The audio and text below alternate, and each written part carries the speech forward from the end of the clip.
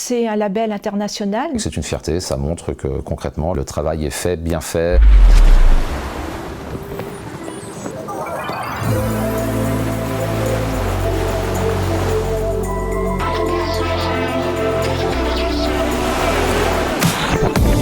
Pour moi, le pavillon bleu, c'est un label de tourisme durable qui permet de maintenir une qualité malgré une surfréquentation des plages et un surtourisme.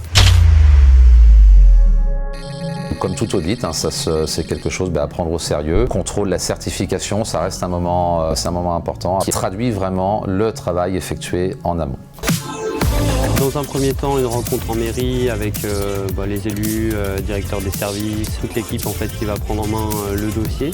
Et puis ensuite, donc la visite de chaque plage avec la constatation en fait, des éléments qui sont présents et de ceux qui ne sont pas présents. C'est tout un ensemble, qualité de l'eau, on a accueil du public, biodiversité, arriver à expliquer aux gens. On travaille aussi sur le thème d'économie d'eau. On retrouve à travers ce label les différents équipements mis à disposition par la commune, notamment les tirs à l'eau pour les personnes en situation de handicap. Il y a tout un dossier avec des critères quand même relativement complexes, l'assainissement, l'eau, la gestion des déchets, la sécurité, etc. des plages. Les eaux de baignade doivent être contrôlées régulièrement, au moins tous les 3 jours ou tous les 5 jours.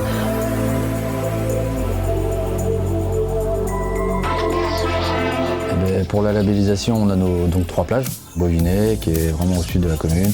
En remontant après, on a la plage du Pied du Canon, qui est la plage la plus urbanisée, qui est vraiment le centre au niveau du port.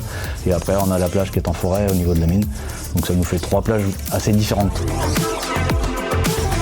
Et on a des agents qui sont vraiment très impliqués. Donc c'est vraiment le fruit de leur travail.